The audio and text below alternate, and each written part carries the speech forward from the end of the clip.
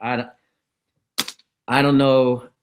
I'm hearing some rumblings. You know where I'm gonna go right now. I'm hearing some stuff. I don't like what I'm hearing. I don't know if it's true. Um, where you at with Sexton, dude? We have to talk about him, but where you at? Yeah. I was thinking, I thought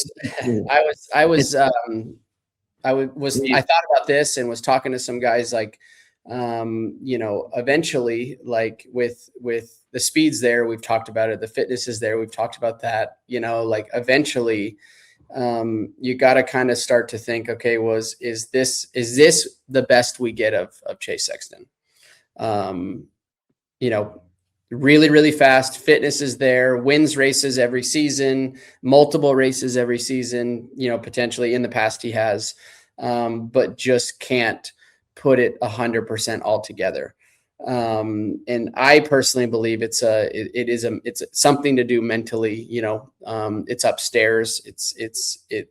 He's checked all the other boxes. I think the equipment's good. From this standpoint, maybe they are still working on some things with the motorcycle, just trying to get him more comfortable. But I will say, that's kind of par for the course, a few years at Honda, a few years at KTM. Now you're at Kawasaki, bouncing around and moving around like that isn't definitely ideal. Like we just talked about Kenny being so solid on a motorcycle that he's rode for 3 years straight.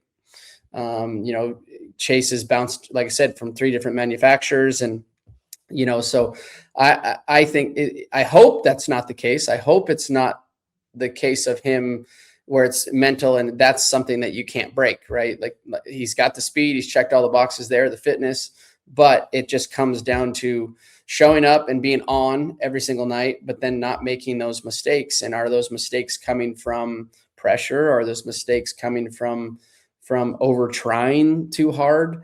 I think that's the $1 million question is what is the problem, or what does he struggle with? Well, let me ask you this. So if you think about, you talked about it, when he was at Honda, we would hear things, right? When he was at KTM, we would hear things. What are those things? He can't get the feel that he wants for the bike, or the bike is doing this and it's disabling him to where he can't get to ride the way he wants and get the finishes that he wants. And now, dude, we're only 5 rounds in. And again, just from things that I'm hearing, and I'm sure you've heard a couple things. I heard particularly after this week, but then like it's the same thing. He even said it, like why he rode so well when he won Anaheim. He finally got that feel that he was looking for, that he's been looking for, when I had swore that he thought that he had said something like that before the season started.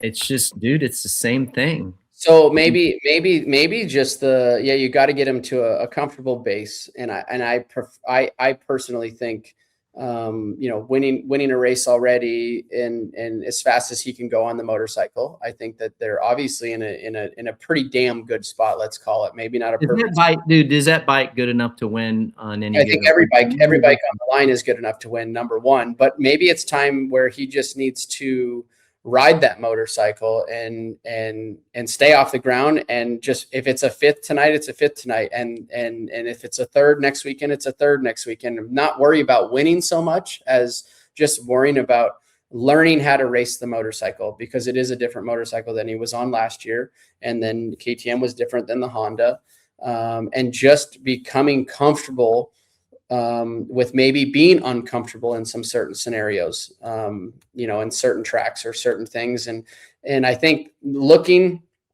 at the longevity of the whole series itself as like, hey man, just be in it for the long haul. You don't have to win every race. Look at Hunter Lawrence right now. It doesn't even have a win, but he's gotten consecutive podiums, and he's sitting with the red plate. So that's a win in itself right there. Yeah, sure, I know he wants to win, but maybe it's time for Chase just to be like, you know what, I'm gonna be content and be okay with 3rd, 2nd, 5th here, and just get comfortable racing that motorcycle the way it is. Yeah, but but he's better than fifth. And that's not any disrespect to anybody in front of him in the championship.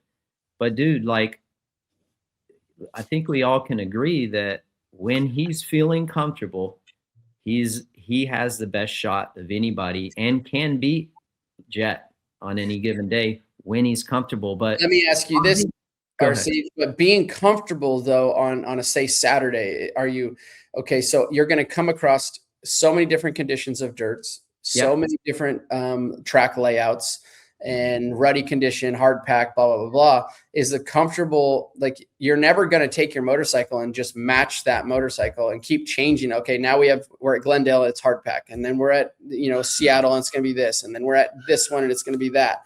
And you can't keep changing all of those things or the motorcycle per track condition.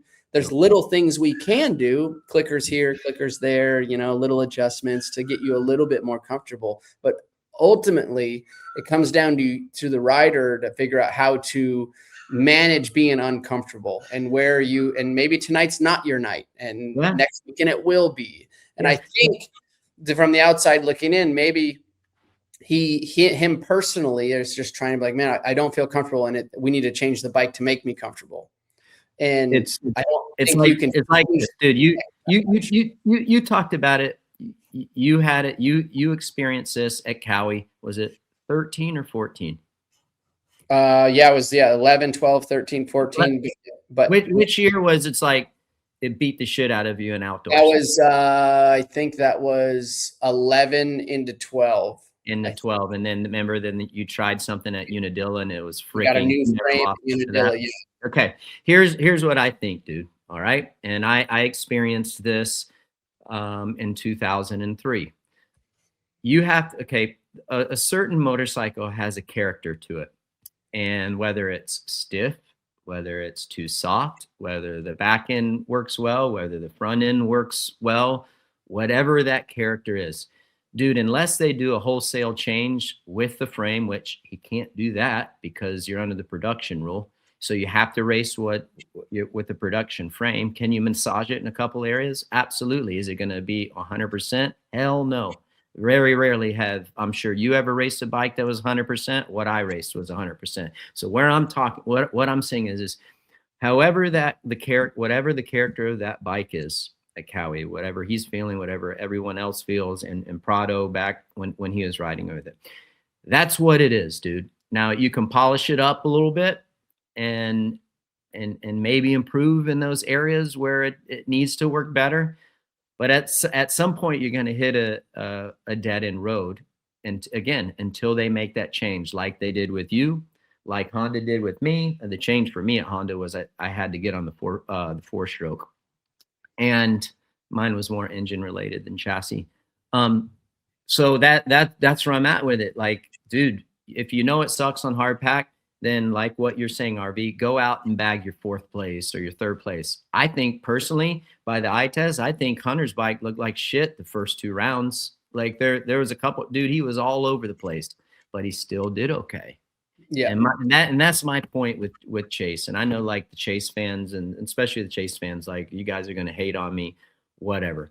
I want him to do well. I know he can do well, but we hold him in such high regard. He's better than what he got this week. I don't care how bad that motorcycle is. He is better than what he showed. So that's what I think. You know where it's good, take advantage of it. You know where it needs to be better, and take your licks there and move on down the road. But you're better than what you're showing right now, in my opinion. Mm-hmm. Yeah, and taking that lick might have been a third, right? Like being on the podium or being right behind Coop fourth, fighting for that podium position. Great guys. You've done it. A lot of the multi-time champions, they're able to take an ill-handling motorcycle and not let it ruin their day, ruin their season, and they're able to, like, they're not happy, but they still get the job done. And they still, your championships are won on your bad days. And maybe you can't win, but at least you're getting third. And we know he's he's plenty capable of getting third on a piece of shit. That's my handling. I'm not saying that Cowie's that, you know, like I'm just, No regard is it. I think every motorcycle Those out there, guys, dude, there's some good guys over there, RV. You know that, man. yes, I do, and they're all working hard. But maybe they're working too hard. Like I said in the beginning of this conversation, maybe it's time to just like pump the brakes on trying to find that perfect window. And now it comes down to Chase being like, okay, I'm just going to ride this thing and figure it out. You know, it's going to take some time. You know, he hasn't given himself more than 2 years on a manufacturer in the last 4. So, you know, you're going to be chasing things and trying to figure things out. We are only round 5-ish. Seattle's round 6. Yeah, 5. That was the 5th round this weekend. Yep. So, you know, like maybe that's what it is for this year. And maybe the goal is for this year is to take the championship out of your sights or your thought process. If you end up there, great. But maybe it's like, hey, we're gonna do the best we can. We're gonna get this thing figured out. We're gonna get consistent, and we're gonna ride this thing, and we're gonna end up 2nd or 3rd. And then, you know, we're gonna go into outdoors and see that also. We're gonna see where it exposes it there. And then for 27, we're gonna come out swinging. Yeah. Instead of just traveling down the rabbit hole and spinning yourself out.